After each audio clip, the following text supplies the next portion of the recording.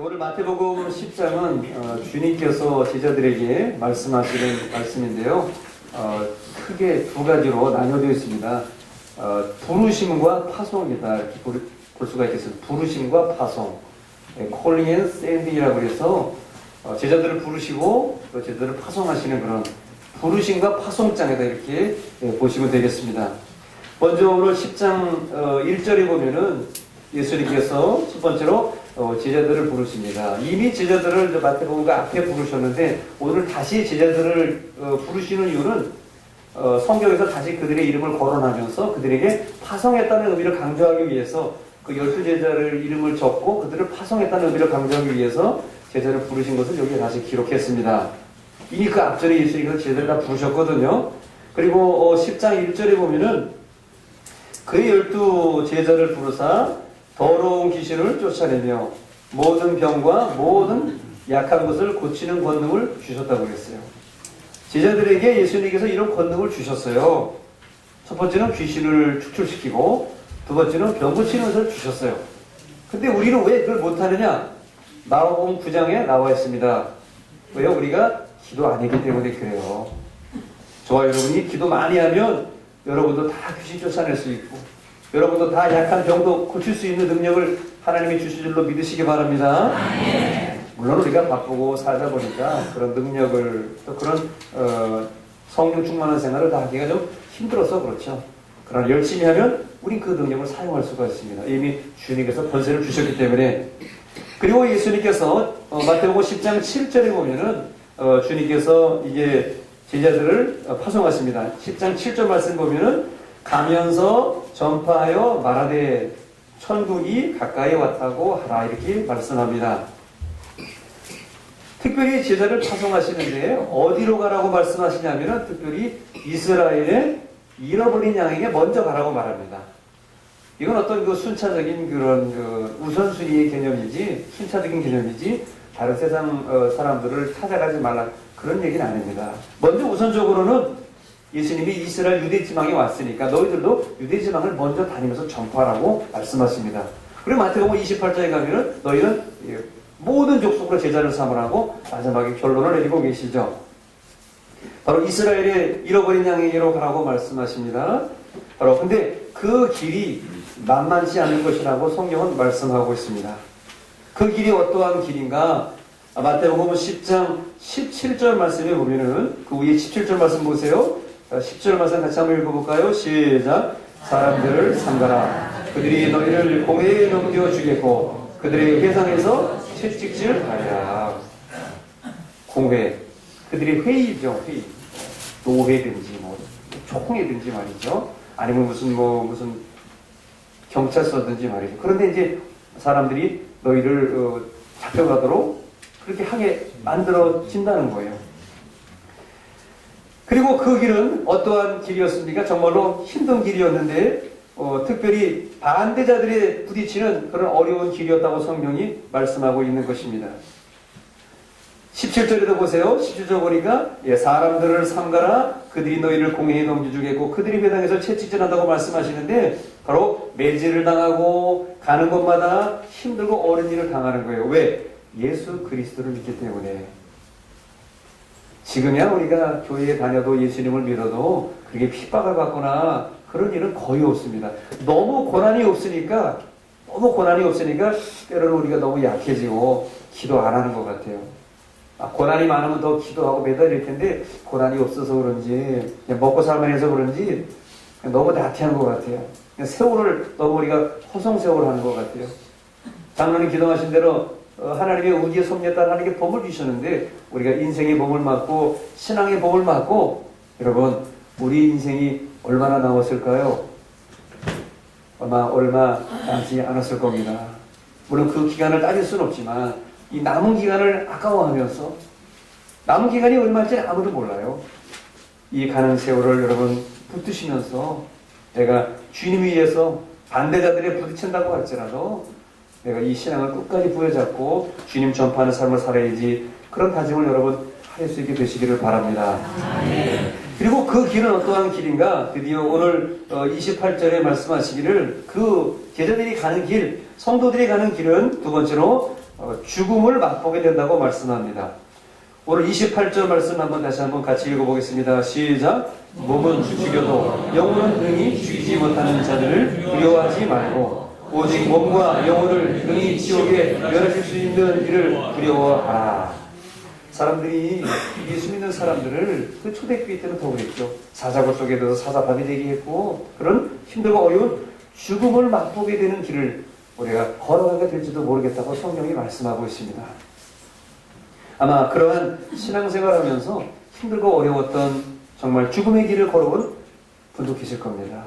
죽었다가 살아나서 오늘까지 살아왔고 사업이 실패해서 길에 나앉는 그러한 삶의 위기 속에서도 살다 오셨고 생사의 기로에서 살다 오셨고 신앙생활을 떠나려고 했는데 하나님이 날 다시 불러주셔가지고 오늘 이렇게 신앙생활에서 오늘 이 주능력교회에 앉아있는 분들도 있을 겁니다. 이때 제자들은 어떻게 해야 됩니까? 주님께서 파송하실 때 제자들은 두려워하지 말라고 말씀하고 있습니다. 성경에 두려워하지 말라는 말이 상당히 많이 나옵니다. 영어로 말하면 afraid, fear 그런 많은 단어가 있는데 그 단어를 다 모아보니까 대략 한 360개 정도 되더라는 거예요. 그래서 그 단어대로 우리가 1년 365일 살 동안 두려워하지 말라고 성경이 말씀했으니까 하루에 한 번씩 두려워하지 말라 그렇게 말씀하는 분들도 있습니다. 특별히 이사야 41장에도 그렇게 말씀하잖아요. 두려워 말라. 내가 너와 함께함이니라. 놀라지 말라. 참으로 나의 의로운 오른손으로 너를 붙들어 주리라. 그렇게 성경이 말씀하고 있습니다. 여러분 두려워한다는 것은 무슨 뜻이겠습니까? 두려워한다는 것은 바로 하나님을 잊어버린 것입니다. 하나님을 잊어버린 거예요. 사람이 세상 바쁘게 사는 거 세상에 돌아가는 신문 보고 텔레비 보고 인터넷 보고 핸드폰 쳐다보면 하나님 잊어버리고 살 때가 얼마나 많은지 몰라요. 세상에 노출이 돼가지고 주님을 바라보기보다는 세상에서 노출된 시간이 너무나 많잖아요. 우리가 일주일에 168시간입니다. 그 중에 하루 주일 빼면 144시간이에요. 그 144시간 중에서 내가 주님 만나는 시간이 얼마나 됩니까? 얼마 안 되거든요. 144분의 1. 100분의 1, 60분의 1, 30분의 1밖에 잘 안 돼요. 오늘 우리들이 하나님을 잊어버릴 때 우리는 세상을 두려워하게 됩니다.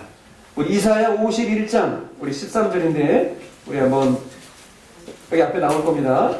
이사야 51장, 우리 13절 말씀, 같이 한번 읽어볼까요? 시작. 너를 지은 자 여호와를 어찌하여 잊어버리느냐.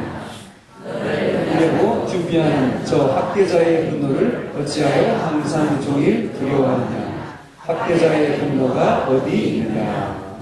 또 성경을 보세요. 너를 멸하라고 준비하는 저 학대자의 분노를 어찌하여 종일 두려워하느냐. 그리고 13절에 그렇게 말씀하시는 거예요. 하늘을 펴고 땅의 기초를 정하고 너를 지은 자 여호와를 어찌하여 잊어버리느냐. 그렇게 말씀합니다. 여러분 세상을 두려워하지 말고 우리는 하나님만을 두려워해야 되는데 하나님을 잊어버린 사람은 세상을 두려워하고 자기 인생을 두려워하게 되어 있는 것입니다. 그러므로 여러분이 뭔가 두렵다고 하는 것은 바로 하나님을 잊어버린 행동인 것을 꼭 염두에 두시길 바랍니다. 두 번째로 우리가 두렵다는 건 뭐예요? 우리의 믿음이 흔들리고 있다는 것입니다. 믿음이 흔들려요? 믿음은 신뢰라고도 할 수 있죠. 여러분 하나님을 신뢰하십니까? 주님을 신뢰하십니까? 세상 사람은 못 믿어도 주님만은 꼭 믿으시길 바랍니다. 아멘. 사람은 믿을 존재는 되지 못해요. 사람은 그래서 사랑하고 이해하는 존재가 되는 거죠. 믿음이 흔들릴 때 우리가 두려워집니다. 그리고 불안해지는 겁니다. 그래서 주님께서는 두려워하지 말라고 오늘도 말씀하고 있습니다. 31절에 두려워하지 말라. 너희는 많은 참새보다 귀하니라. 아니 우리를 비교할 데가 없어서 참새에게 비교했나 그렇게 혹시 오해하시는 분이 있는가 모르지만 그 하찮은 미물인 참새도 하나님이 그렇게 귀히 여기시는데 하물며 하나님의 형상대로 창조하시고 독생자 예수를 피 흘려 죽기까지 사랑하신 하나님의 그 아들 딸들을 그렇게 사랑하시지 않겠느냐고 그 크게 비교하시는 반어법적인 표현을 우리 성경에서 하시는 것이죠. 여러분 우리가 주님께서 두려워하지 말라고 말씀하고 계시는데 우리가 무엇을 두려워하지 말아야 되겠습니까? 오늘 성경 26절에 말씀하시기를 우리를 반대하는 사람, 신앙생활을 핍박하는 사람을 두려워하지 말라고 말씀하고 있습니다. 신앙생활을 하다 보면은 이런 사람들을 만나죠. 집안 식구들 중에서 교회 못 나가게 하고 또 예수 못 믿게 하고 그렇게 핍박을 하는 집안 식구들도 있습니다. 그리고 직장 다니다 보면은 너만 예수 믿냐? 나도 알고 보면 어느 교회 집사야. 유난 떨지 말고 조용히 해. 이런 사람들이 막 쪼코를 주고 막 그런 직장 상사들 아니면 직장 동료들 중에서 아니면 직장 그 부하들 중에서 너무 설쳐되는 그런 것에서 자기가 막 위태롭고 말이죠. 그럴 때 그런 핍박이 있는 그런 사람들을 두려워하지 말라고 성경은 말씀하고 있습니다. 두 번째로 무엇을 우리가 두려워하지 말아야 되냐면 오늘 28절 말씀처럼 바로 우리를 죽이려 하는 사람들입니다. 여러분, 누가 우리가 신앙생활을 한다고 우리를 죽이겠습니까? 지금 우리는 죽이려고 하는 위협을 당하고는 있지 않습니다. 그러나 세계 선교 현장에 나가보면 지금도 칼에 맞아 죽어가는 선교사님이 있습니다. 지금도 흉기에 찔려서 쓰러져가는 사모님들이 있습니다. 그리고 남편이 쓰러져간 자리를 그 사모님이 대신 지키기 위해서 그 선교지에 가서 목사님의 사명, 선교사님의 사명을 끝까지 다하겠다고 다시 그 선교지로 들어가는 분들도 있습니다. 오늘 우리는 죽임을 당하는 그런 위협을 당하지는 않죠. 여러분, 우리를 죽이려 하는 사람들이 어떤 사람들인가? 오늘 성경은 가르쳐서 그 사람들 별거 아니라고 말합니다. 28절에 그 사람들은 바로 우리의 몸만 죽이는 사람들이라고 말합니다. 우리의 영혼은 죽이지 못하고 몸은 죽인다는 사람들이에요. 여러분, 몸이 중요합니까? 영혼이 중요합니까? 영혼이 더 중요한 것이죠. 몸은 다 주는 거예요. 병원에서 우리가 고침받고 주님께서 치료해 주셔도요, 결국 육체는 사그러듭니다. 그러나 영혼은 거듭나고 구원받아서 하나님의 나라에, 주님 계신 나라에 들어가는 것이 바로 우리의 영혼입니다. 그래서 몸을 죽이는 사람들, 육신적으로 칼로 총으로 찔러서 불로 화형시켜서 독사를 하든지 그런 사람들은 두려워하지 말라는 것입니다. 그 사람들은 영혼은 죽이지 못하니까. 그리고 주님께서 두려워하지 말라고 말씀하시면서 왜 두려워하지 말아야 되느냐? 아주 간단하게 우리에게 말씀하고 있습니다. 30절 말씀 보세요. 오늘 본문 말씀 30절 말씀 같이 한번 읽어볼까요? 너희에게는 머리털까지 다 세신 바 되었나니. 우리는 하나님의 귀한 자녀입니다. 여러분, 자기 머리카락 세어보신 분은 안 계시죠? 저는 자기 머리카락 씌었다고 하는 분을 본 적이 없어요. 그리고 여기 눈썹도 씌울 수가 없어요. 눈이 아파가지고 눈썹을 씌울 수가 없어요. 한번 제가 씌워보려고 노력했는데 못 씌겠더라고요. 눈이 아파가지고. 한 30개쯤 씌우면 잊어버려요. 눈썹이 왔다 갔다 해가지고. 그런데 하나님 우리의 머리카락까지 다 세고 계십니다. 죄송합니다만 여기서 머리 많이 없으신 분도 계시지만은 그래도 머리카락 씌기 힘들어요. 자기 머리 못 씌워요. 다른 사람도 쉴 수가 없어요. 근데 하나님은 너희의 머리털까지도 다 세신다고 말씀하고 있습니다. 우리의 마음도 다 알고 계시고 우리의 문제도 다 알고 계십니다. 그리고 성경은 시편에 말씀하시기를 눈동자처럼 너희를 지킨다고 말씀하고 있습니다. CCTV가 아무리 발전해도 드론이 아무리 발전해도 하나님이 눈동자처럼 지키시는 것만큼 지킬 수는 없는 것이죠. 그리고 오늘 29절에 말씀하는 것처럼 하나님은 바로 참새도 귀히 여기신다고 말씀하고 있습니다. 참새 두 마리가 한 아사리온에 팔리지 않느냐. 한 아사리온은 3,000원 정도 됩니다. 3,000원. 그러니까 참새 두 마리가 3,000원이니까 한 마리에 1,500원. 이게 팔려나가는 것도 하나님이 허락하시지 않으면 참새가 잡혀서 팔리지 않는다는 거예요. 여러분, 하물며 주님의 형상을 담고 우리를 위하여 독생자를 보내셔서 죽기까지 사랑하신, 피 흘려 죽기까지 사랑하신 저와 여러분, 하나님의 VVIP가 아니라 VVIP. Very, very important person. 너무나 귀하고 너무나 아름다운 하나님의 자녀를 어떻게 우리를 그냥 두시겠습니까? 저와 여러분을 위해서 십자가에서 몸버려 피 흘려 죽으신 그 주님의 사랑이 어찌 저희를 지키지 않겠습니까? 그리고 우리는 누구를 두려워해야 되느냐? 우리를 죽이려고 하는 사람이 두려움이 아니고 우리는 누구를 두려워해야 되느냐? 오늘 성경은 말씀하시기를 우리 하나님 아버지를 두려워해야 된다고 말씀합니다. 우리 주님을 두려워해야 된다고 말씀합니다. 왜냐하면 하나님은 우리의 생사를 주관하시고요. 우리의 몸과 영혼을 지옥에 멸하실 수 있다고 말씀하고 있습니다. 28절 말씀 보세요. 28절 같이 한번 읽어볼까요? 시작. 몸은 죽여도 영혼은 의미 오직 몸과 영혼을 능히 지옥에 멸하실 수 있는 이를 두려워하라. 네, 몸은 죽여도 영혼은 죽이지 못하는 자들이 있는가 하면 오직 몸과 영혼을 능히 지옥에 멸하실 수 있는 일을 두려워하라. 우리는 하나님 아버지, 우리 주님만 두려워하고 나아가면 되는 것입니다. 하나님을 두려워하는 우리는 그럼 어떻게 되느냐?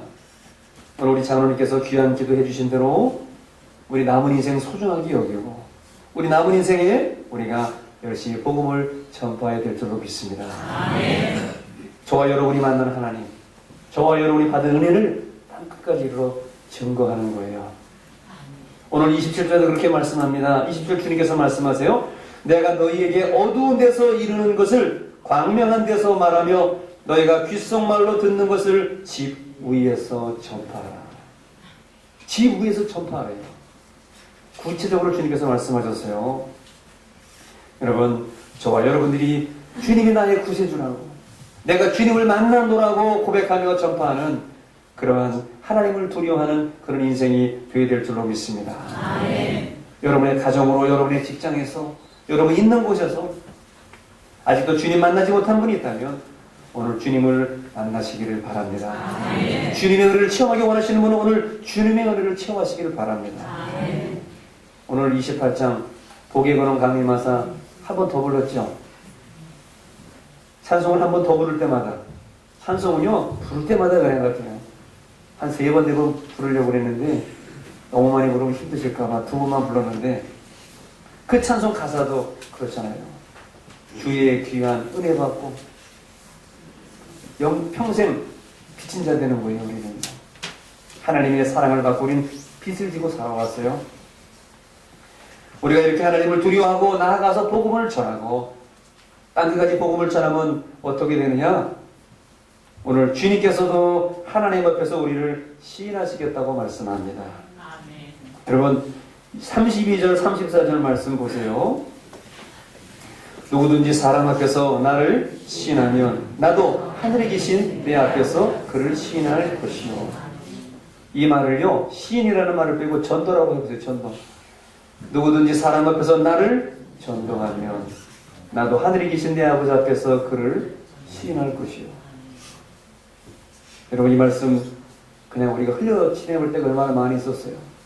사람들 앞에서 나를 시인하면 사람들 앞에서 나를 고백하고 나를 전도하면 나도 하나님 앞에서 너를 시인할 것이다.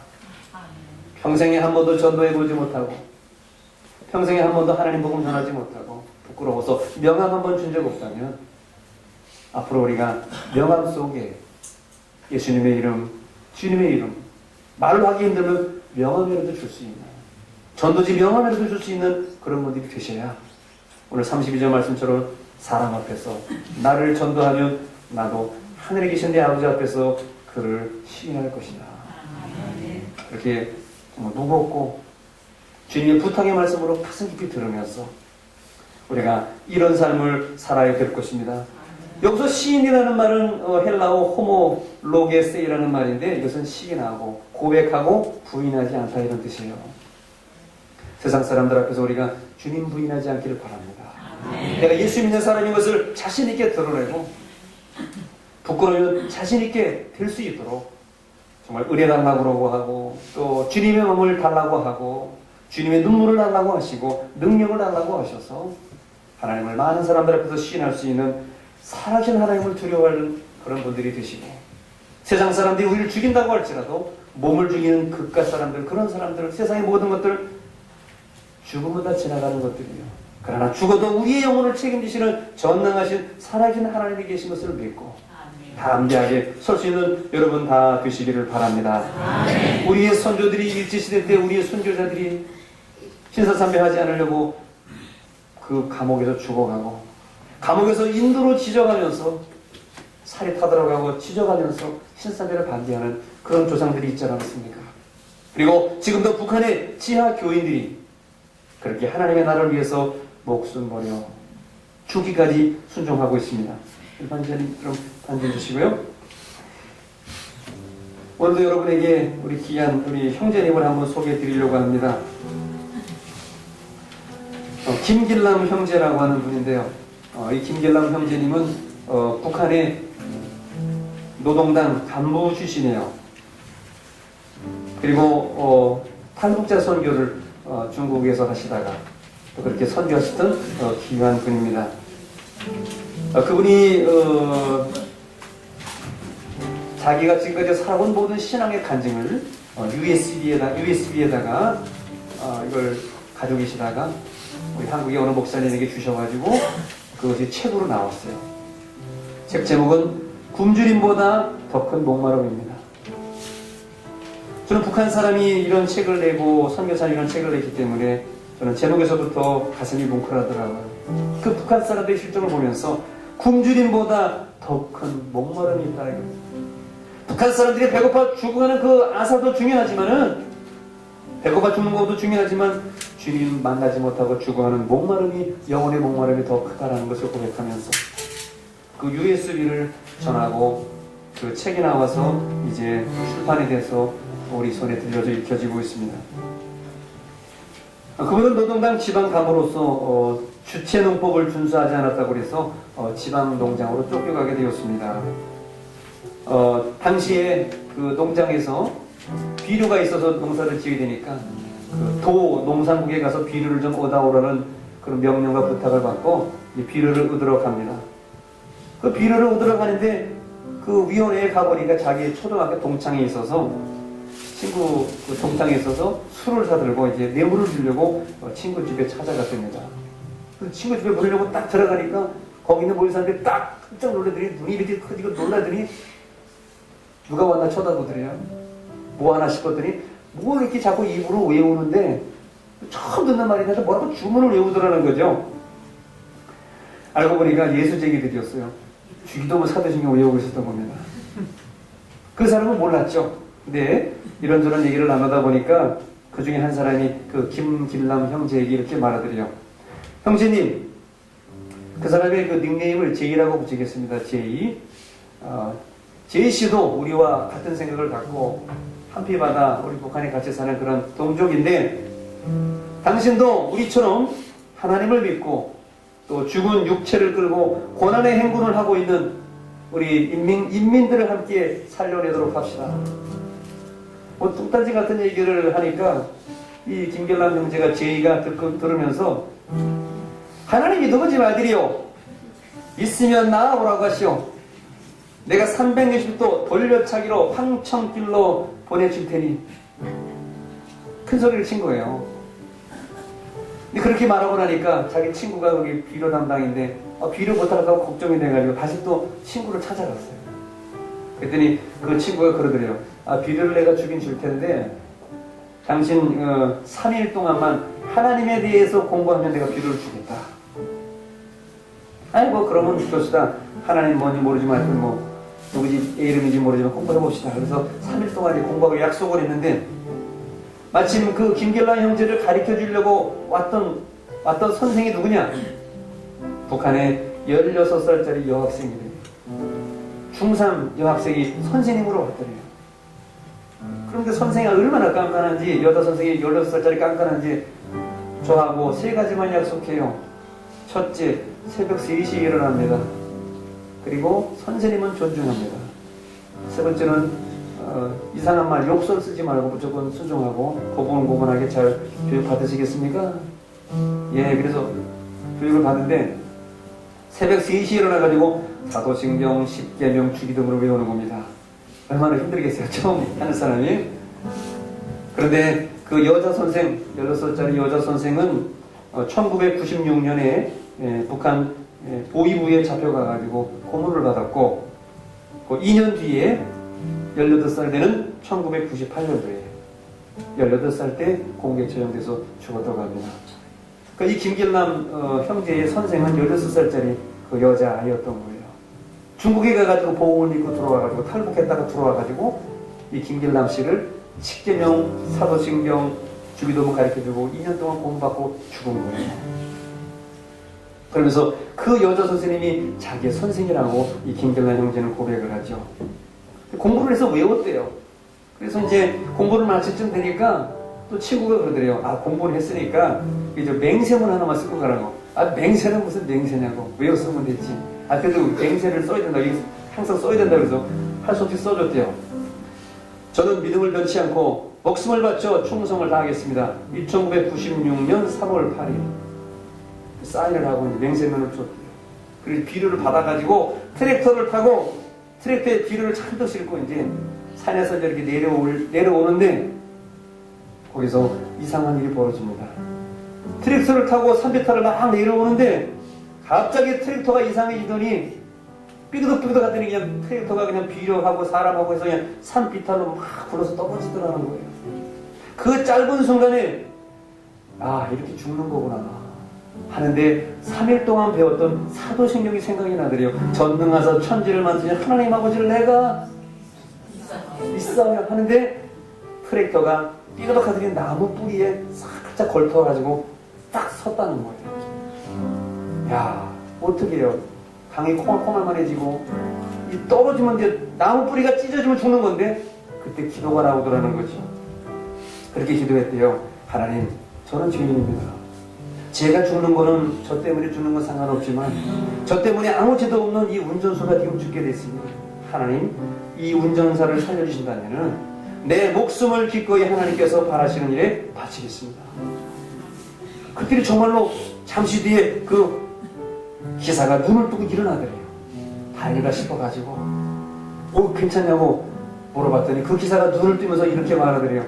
내가 방금 전에 극락에 갔다 왔는데 좋은 데 갔다 왔는데 거기 너무 아름다워서 오지 않으려고 그랬는데 누군가가 나를 떠밀으면서 당신 세상에 다시 가가지고 그 김길남 형제 제의를 도와주려고 해서 내가 다시 왔고, 그리고 당신은 김길남 형제 당신은 앞으로 하나님의 선한 일을 하고 무서운 고초를 당하다가 비참하게 육신의 죽음을 당할 것이라고 했습니다.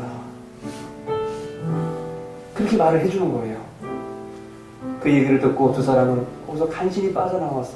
뭐 트랙터에 인조만지 땅 밑으로 내려가고 간신히 살아나와가지고 그때부터 신앙생활을 하는데, 그 제의가 김길남 형제가 믿음이 확고해지는데 배운 것도 없지만 세 가지밖에 배운 게 없지만 믿음이 확고해지는데 사람들이 기도회를 인도해달라는 기도회의 책임자가 되어달라고 그러는데 뭐 아는 게 있어야죠. 그래서 내가 좀 성경을 좀 읽어야 되겠다.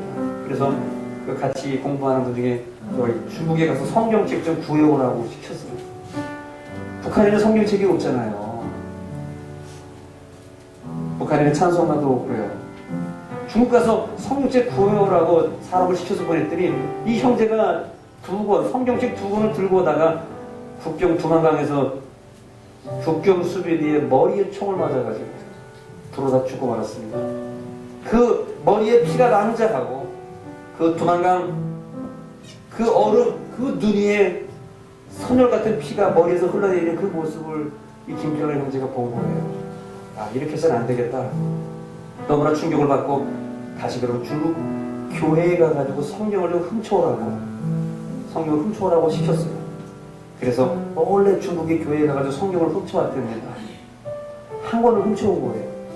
어떻게 해요? 사람들이 이렇게 많은데 성경책을 다 읽을 수는 없으니까 나눠서 읽어야 되니까 성경책을 면도날로 이렇게 책별로 차곡차곡 찢어가지고 66권의 책을 찢은 거예요. 그래서 한 사람씩 나눠줬어요. 읽으라고. 그런데 이 김길남 형제는 레위기하고 사무엘상을 2권을 읽게 된 겁니다. 레위기를 먼저 읽었어요. 거기에서 그의 인생의 전환점이 찾아옵니다.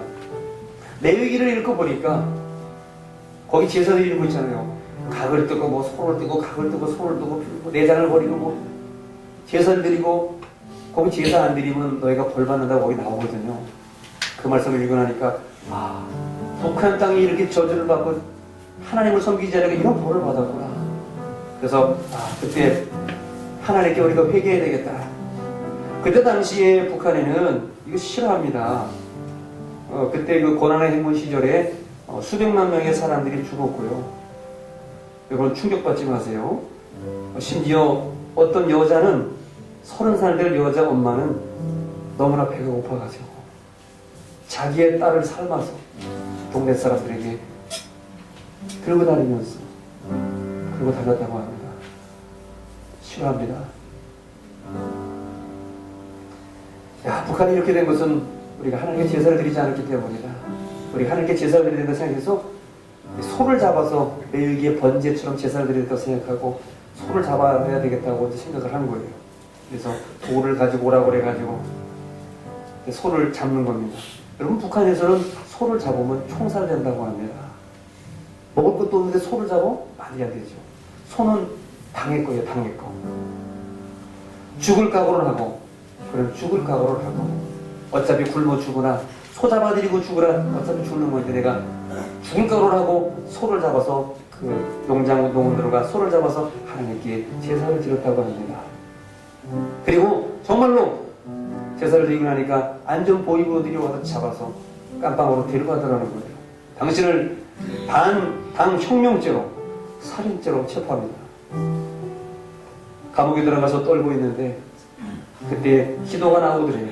하나님, 이 어려운 북한 땅을 구원하시고 하나님, 저도 하나님의 선하신 뜻대로 인도해 주시옵소서. 하나님 뜻이라면 살려주시옵소서. 그때 기도가 막 나오는데 그때 하나님으로부터 음성이 들리더랍니다.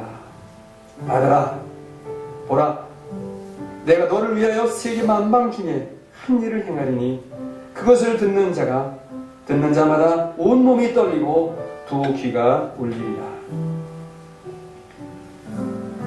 그분은 신기하게도 감옥에서 그 음성을 듣고 감옥에서 풀리게 되었다고 합니다.